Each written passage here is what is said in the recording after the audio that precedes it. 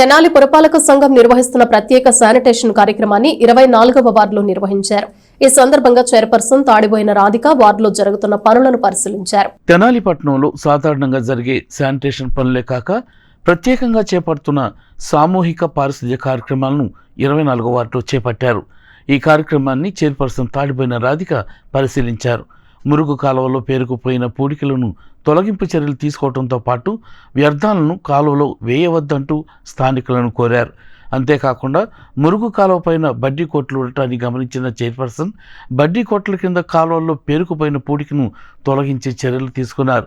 Side కాలువ వెంబడే ఇసుక కంకర వేయటంతో అవి కాలువలోకి జారిపోయి నీరు నిలిచిపోవటాన్ని గమనించిన చైర్పర్సన్ వెంటనే తొలగింపు చర్యలు చేపట్టి వెంటనే వాటిని తొలగించాలని సిబ్బందిని ఆదేశించారు.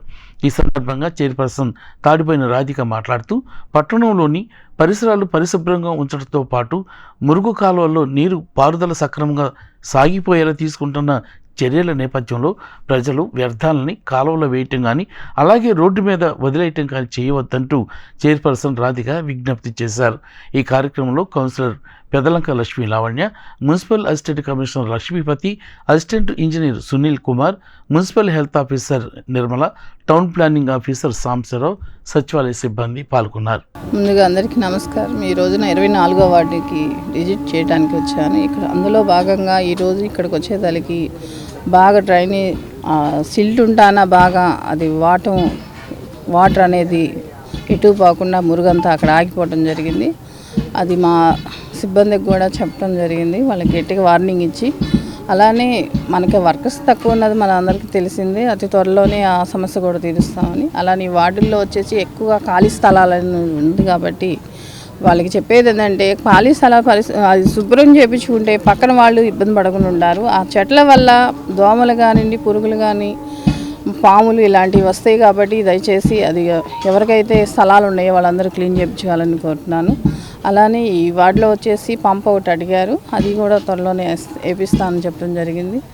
అలానే స్ట్రీట్ లైట్లు కానివ్వండి, డ్రైనేజీ ఒకళ్ళు అడుగుతున్నారు కాలువలు అవి కట్టించమని, అది కూడా పరిష్కరిస్తామని. అలానే మీకు అందుబాటులో ప్రతినిత్యం ఉంటున్నాను కాబట్టి దయచేసి ప్రజలందరూ కూడా చెప్పేదంటే ఎలాంటి వ్యర్థాలు అనేది కాలువల్లో కానీ రోడ్స్ మీద వేయకుండా ఉండాలని కోరుతున్నాను.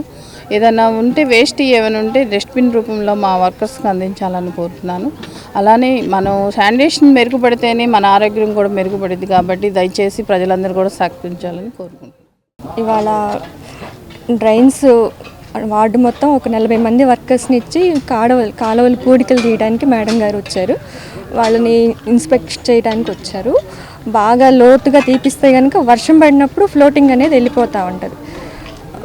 ముందుగా మేడం గారికి ఈ పూడికలు తీపడానికి వచ్చినందుకు మేడం గారికి ధన్యవాదాలు.